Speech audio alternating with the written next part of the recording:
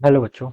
Let's read this question. So this question says, a man sits on a chair supported by a rope passing over a frictionless fixed pulley. The man whose weight is 100,000 Newton exert a force of 450 Newton the chair downward while pulling the rope on the other side. If the chair weighs 250 Newton, then the acceleration of the chair. Chair का बच्चों क्या बताना है आपको? Acceleration बताना है. Okay, तो चलिए बच्चों, इस क्वेश्चन का की कॉन्सेप्ट आप क्या लिख सकते हैं? The key concept of this question, आपको यहाँ पर ये एक्सेलरेशन ऑफ द चेयर क्या करना है, कैलकुलेट करके बताना है. ठीक है, एक्सेलरेशन ऑफ द चेयर बताना है. तो देखिए बच्चों, न्यूटन्स लॉज लिख लीजिए. क्या लिख लीजिए? न्यूटन सेकंड लॉज लिख सकते हैं, या फिर Newton's law. This will be the key Newton's laws. This will be the key concept of this question. एक हो जाएगा आपका, इस क्वेश्चन का की कॉन्सेप्ट हो जाएगा.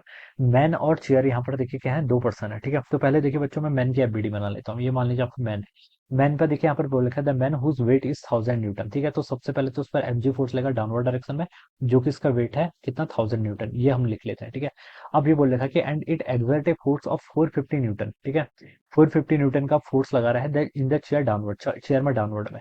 तो चेयर इस पर क्या लगाएगी? रिएक्शन फोर्स में 450 न्यूटन अपवर्ड डायरेक्शन में आएगी. कितना? 450 न्यूटन क्या लगाएगी इसमें? अपवर्ड डायरेक्शन में चेयर लगाएगी. ठीक है, अब बोल रखा है, देखिए इसको हमने सपोर्ट कर रखा है. देखिए बच्चों, सिचुएशन कुछ इस तरीके से है. यहाँ पर आपकी ऐसे कोई चेयर होगी. ठीक है, this is a chair. Alright, ये आपकी कोई चेयर है ऐसे. This is a chair. इस पर आपका कोई ऐसे मैन क्या हुआ, बैठा हुआ है. ठीक है, इस पर आपका कोई मैन बैठा हुआ है.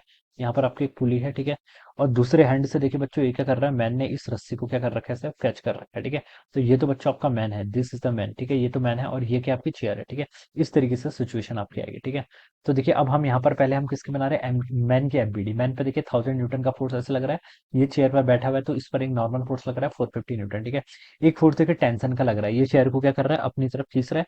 तो सॉरी, ये रोप को अपनी तरफ खींच रहा है, तो रोप भी इसको अपनी तरफ खींचेगी. किस फोर्स से? टी फोर्स से. मान लीजिए टेंशन कितना, टी से. ठीक है, और इसका एक्सेलरेशन हमें यहाँ पर बताना है. ठीक है, ये क्या कर रहा है, आपका एक्सेलरेट कर रहा है. तो अब हमें क्या बताना है, इसका एक्सेलेशन बताना है. और इसका एक्सेलेशन मान लीजिए अपर डायरेक्शन में है, ये एक्सेलेशन मान लेते हैं. ठीक है, और मैन का वेट आपको 1000 न्यूटन दे रखा है ना. तो वेट देखिए बच्चों, अगर वेट ऑफ मैन आपका 1000 न्यूटन क्वेश्चन में गिवन किया हुआ है, तो हम यहाँ से इसका मास बता सकते हैं.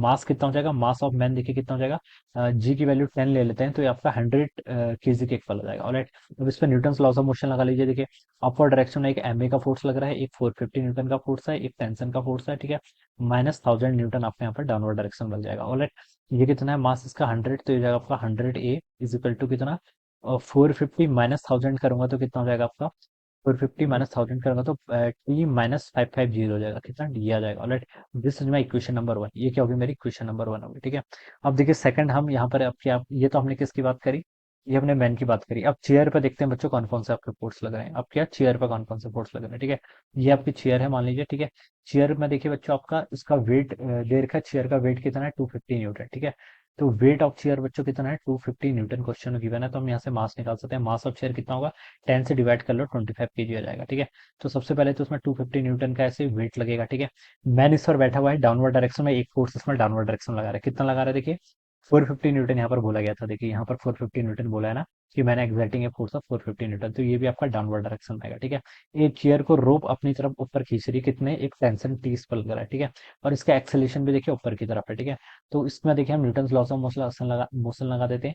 मास ऑफ चेयर कितना, 25 × 8. ठीक है, टेंशन इसके मोशन को सपोर्ट कर रहा, तो टेंशन ऊपर आएगा, माइनस आपका 250 Newton weight of the chair, minus 450 Newton जो मैंने लगाया था, ये आ जाएगा. ठीक है, तो यहाँ से 25 ए की वैल्यू बच्चों कितनी आएगी, टी माइनस ये आपका 450 और 250 कितना, 700 हो जाएगा, माइनस 700 हो जाएगा. ठीक है, तो इसको आप इक्वेशन नंबर टू बोल दो. क्या बोलते हैं, इक्वेशन नंबर टू. इसको देखिए 4 से मल्टीप्लाई कर दूं, तो उसको मैं लिख सकता हूँ 100 is equal to 4t minus 2800. ये लिख सकता हूँ मैं. ठीक है, अब देखिए 4t माइनस 2800 और यहाँ से 2 माइनस 50, ये इक्वल होंगे बिल्कुल. ठीक है, तो 4t minus 2800 it should be equal to T minus 550. ठीक है, तो यहाँ से देखिए आप क्या लिख सकते हैं, 40, और ये इधर आएगा तो आपका 3t हो जाएगा. ठीक है, और ये आपका 2800 से आप अगर हम यहाँ से 550 को सब्ट्रैक्ट करेंगे, तो 2250 आ जाएगा ना, 22 5 27 5. ठीक है, इतना आ जाएगा.